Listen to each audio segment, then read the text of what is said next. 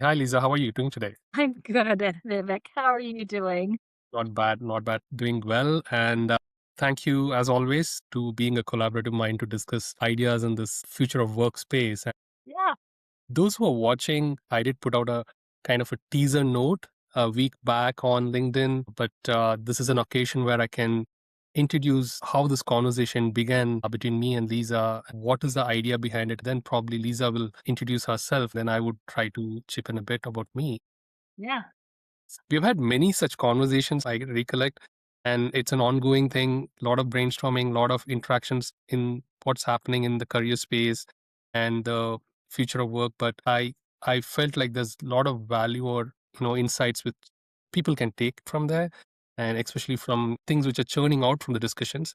So good, we are doing this as a format. So yeah, to begin with, I think the story begins in winter 2025, I can say, right out of Conestoga, finishing my project management 1 year study as a newcomer to Canada and was into the job market in the initial day. As of, I could sense kind of a challenge which I could feel.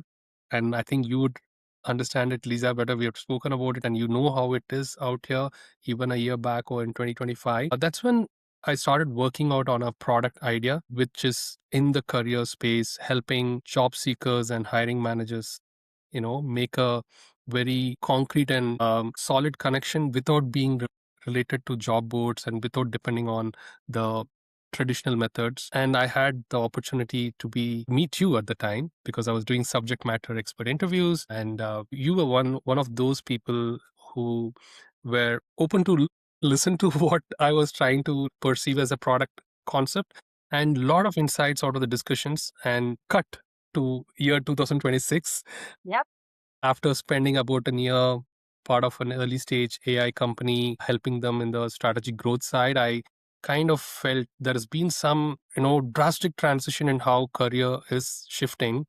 And like always, I just knocked on your door. I said, like, hey Lisa, would you like to converse? And you were open to that. You came up with the way you were looking at the space, and that's where we are at. And thank you, Lisa, for that. And I think these conversations are going to bring a lot of good insights for people who are listening to it. So I would like to listen from you, like on about you and how you find as we converse on this topic. yeah, yeah. It's interesting. I do remember having the conversation sort of initially back, in 2025. And I was like, well, have you thought about this? And have you thought about this? And have you thought about that? And I made some referrals to a few other folks. And I know that you followed Yes. up on those folks as well. And then in January, you reached out and you were like, hey, have you heard of this thing called fractional? And I'm like, yes, I have. And I said, it's something that I'm hearing more about. Let's talk again so that we can talk, so we can kind of like figure out what is it that we're talking about. And our conversations became, rather interesting. We met at the coffee shop. We talked a little bit about, how things are evolving in terms of AI and how things are evolving also, just in the hiring space, like how do you find and hire people in the age of AI, right? So it became kind of an interesting conversation. And of course, the future work is really interesting for me. Just to give you a little bit of my background, I started out in careers back in 1990 something when I was a university student. I was a first gen student, which meant that nobody in my family had ever gone to post secondary before. I was navigating all of this on my own. And I thought for sure that I was going to become a high school teacher. And I didn't get into teachers college and I didn't know what to do. So I went to the Career Center at York University. I've actually shared this story recently at a conference that I presented at. And I wandered in and I was like, I don't know what else to do. Like, I don't know what to do. I was very lost. And so the woman, her name was Kathy Campbell. She was, I think, the manager of the career center at York. And she said to me, "Well, that's okay. I'll give you some of these vocational tests. And I mean, kind of figure out what you should do, and you can kind of Right. go from there." And I was like, "But I don't have any money." And she said, "That's okay." She said, "Actually, you can volunteer for me." And so I did actually. I spent the next year volunteering for her in the Career Center at York. Mhm. And I loved it. I loved everything that I was doing. I'm pretty sure that those vocational tests said that I should be a real estate salesperson, which that is just so not me. But I did like helping people. I did like teaching, and so I that was sort of my early career experience. I did eventually have to find a job to get paid, and I actually went into the call center industry because in Canada it was still fairly big before they started to do a sort of an offshoring. So they sent all of the call centers to different places around the world and they kind of offshore them. But I always wanted to stay in the field. So at some point in time, I decided to go back to school. This kind of gets a little bit fuzzy, but I decided to go back to school and I did the career development practitioner program. And and that was when I met people like Rob Straley and Kim Moore and a bunch of other people who are kind of in the field. I got a chance to learn from them. So I did the career development practitioner program. And then I spent quite a few years doing career support services in community. I was working with, unemployed people. I was working with youth. I was working with tradespeople. And all of the time, the sort of the thread of career was really, really important to me. I also was working at a post-secondary college, and I knew that eventually, if I wanted to sort of move around or gain more credibility within the institution, that I would need to go back to school and get a master's degree. So I did that as well. And so I kind of feel like I went back to school like every 10 years. I went back to Yeah, school. you did like a reverse engineering study. Yeah, so I did my undergraduate sort of in my early 20s, and then my 30s I did my career development practitioner program, Yeah. and then in my 40s I did my master's degree. So I have a master's degree in adult education. I went to the University of Calgary for that. I had 3 small children, a husband running a business. It was a bit of a crazy I wouldn't be able to do it. I'll just walk away from such a thing. Yeah, it was a full-time program and I had a full-time job as well, so it was a bit of a crazy time. Anyways, and so eventually, just to kind of make this crazy twist and turny story really short, I eventually made my way back into a teaching role, and I became faculty at the college. I had started teaching in 2016, but in 2023 I moved to faculty and began teaching students most how to navigate the career space. And it was a bit tricky. I mean, it was helping students sort of understand how to manage their careers inside of the Canadian context. I started doing some consulting and really sort of finding my niche within that consulting space as well. And then you and I have decided to team up and really collaborate together on building this thing that really supports the changes to what we foresee is going to happen within the labor market in terms of hiring and also perhaps even skill development from an AI perspective. Like, what does this future of work really look like? And so Yeah. that's where our conversations really Yeah, Lisa. have flown from. And as far as I remember, when you introduced me to a couple of your then students, but they were professionals in the career Right. domain, I've heard from them about you, like, the way you used to help them navigate. And in my personal experience as well, when as a enthusiast building a product idea, year back it was different. You know it, like what we are doing now is different from what was in year back. But I think adapting to newer ideas and, kind of merging the wisdom of the past and the knowledge, expertise in the domain of career to how the shifts are making isn't easy.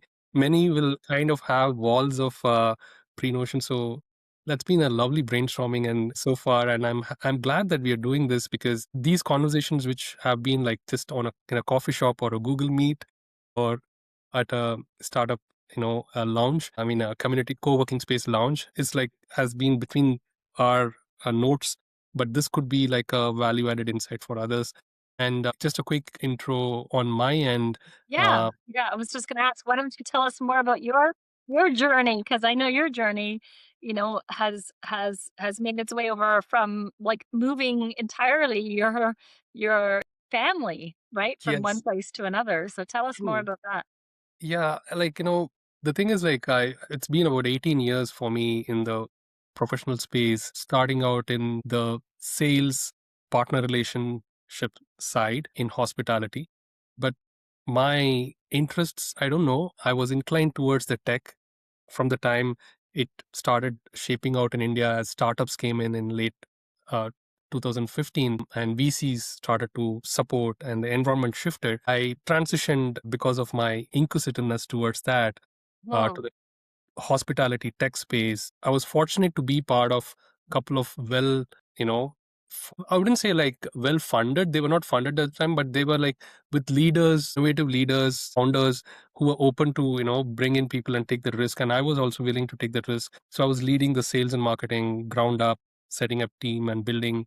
And since my interest was towards the product, then bounced my set of thoughts on that and did take a plunge somewhere in the year 2016, 17 to build something of my own, like a productized version. It was a good exposure for me in the unknown space. And then I kind of, since the product wise, it was good, I got some positive feedback and everything. The market was giving me positive signals, but probably I wasn't prepared to scale it up on the financial side on my own. And I was very naive in the way how I could navigate the investment side. So I pivoted a bit. I moved into consulting and helping SMEs, helping startups in the go to market and business development side. Moving to Canada in that way is like where is like how sailors set out on some journey and there is a storm and you find a new island. Yeah. So I probably landed into Canada in that way, not like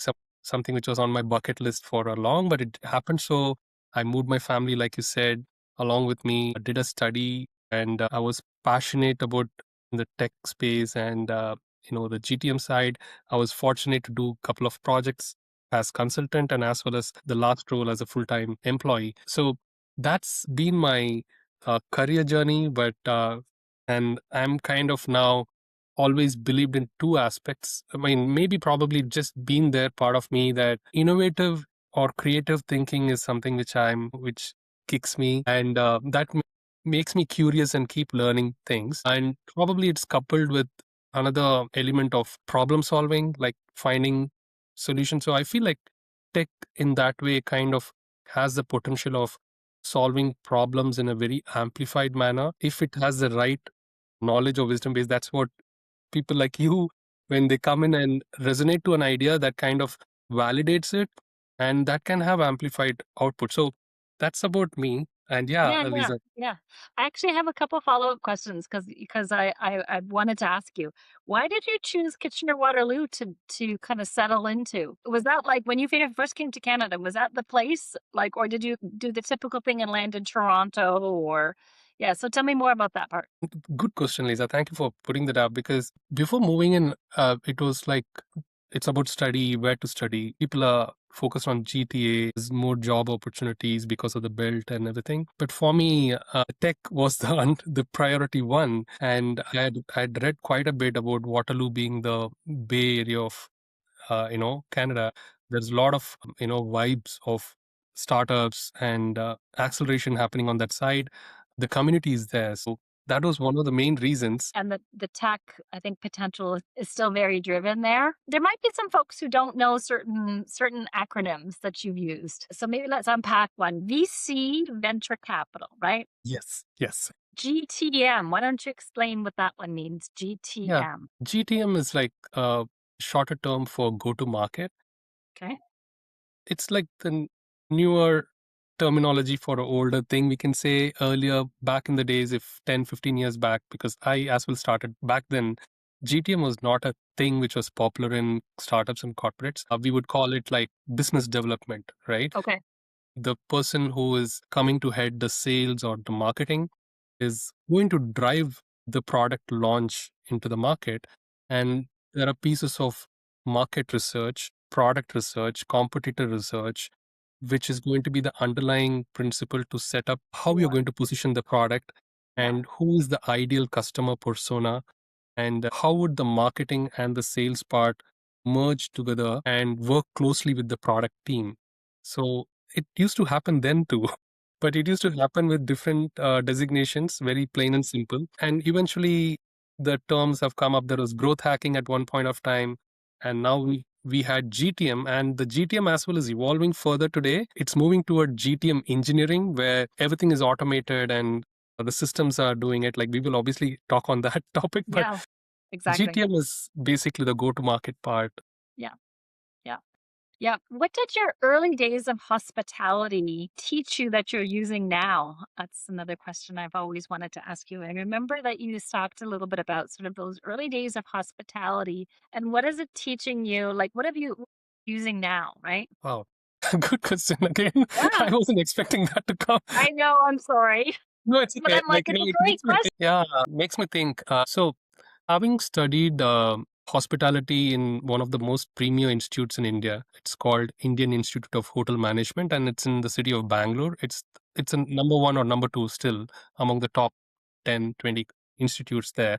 And it is supported by the University of IGNO, which is a central government's university. So they have a reputation out there. Honestly, I was not that studious, as in like the bookish reader. I can't answer all the questions, the name of all the wines, the name of the 18 course French menu. I would be very bad at it. But I was more inclined towards, the extracurricular things probably the cultural events, organizing alumni meets, sports events, and participating in debate and jam sessions. And fortunately, one of our faculty directed me towards soft skill centric jobs, or event management, sales. I moved towards the events. That's how I entered the hotel industry. I worked for Accor, which is the second largest hotel chain globally in the event segment. I've managed multiple type of events in my early days. So what I learned, if you ask me, what I take still today, that's a very good point because one of the things which I feel hospitality taught me, especially in the events domain, is planning. I'm glad I started my career itself in that. It's like a full circle for me. I finished my study in project management, which is a formal way of doing planning. And my career started with a certificate from Accor in event management or event planning. So planning is something I still every day. It's been pretty much useful. And the second most important would be being hospitable. I Okay. think I genuinely feel that is the most highly virtuous quality we could have. Kind of overlaps with being kind and stuff. So yeah, those are two things which I find to be like it's still adding value to me, and it is probably adding value to people whom I meet and I Yeah. interact with. So yeah, Yeah. Yeah. For me, I have to think back to my early days being in the call center right. when all you have in terms of communication is the headset and it's audio, right? You have to listen so hard to what you have to do a lot of work to listen to what people are trying to say, right? So because they're calling, they're upset with something. Typically you're not calling because you're happy when you need to call into a call center, so you're upset. And so those listening skills have been so incredible for me to learn. But then I needed to also add to that a higher level of inferencing and understanding what is being said because most of my clients calling in would have been people calling in who were new Canadians or their first language wasn't English. So I had to tune myself to different accents, different modes of speech and what the Nice. person was actually saying and really to try to understand underneath what is being said. And I think that those skills really helped me in being able to have that cross cultural communication Yeah. because I had to spend a lot of time, like I said, really listening hard to what. We spoke about the career side where you have been part. I think the career coaching side is something which we haven't touched upon. You did speak about how you did guide students and newcomers into the journey, but I think that you did beyond even the education part, right? If I'm not wrong. Yeah. Yeah, definitely. I take on clients from time to time. Last year, actually, not it wasn't last year, it was the year before. I did my organizational coaching certificate through the University of British Columbia. So I feel like every decade I just go back to You school. upskilled yourself. Yeah. And what I wanted to do was I wanted to formalize my knowledge of coaching and really understand like how I can become a better coach. And I also really like the idea of being able to coach within organizational contexts as well. So that was the reason why I did that program because was both coaching the individual. The first half of the program was coaching the individual. The second half was coaching organizations to achieve their goals. And so that was the main reason why I did that program. And it really taught me a lot. In fact, I know we're going to talk a little bit about agency in the next Yes. little while as a topic. So that's a bit of a teaser. But yeah, because that became a really important theme is coaching coaching while supporting an individual's agency became really important to me. It's like, it's recognizing that we all have skills, talents, and abilities. We can solve the majority of our own problems, but a coach will come alongside and simply ask provoking questions to support the thinking and even extend the thinking sort of beyond what their current frame might be, right? Because maybe an individual is thinking A, B, and C. And so as a coach, my job is to come up and say, like, hey, let's talk about some alternative things. Well, what about D, F, and L? I'm like, maybe those are options for you. And then really enabling to say, you know what, actually, yeah, you're right. D is not good, but L is actually a really good idea. Thank you for being able to kind of help kind of expand the thinking around what they might be able to do.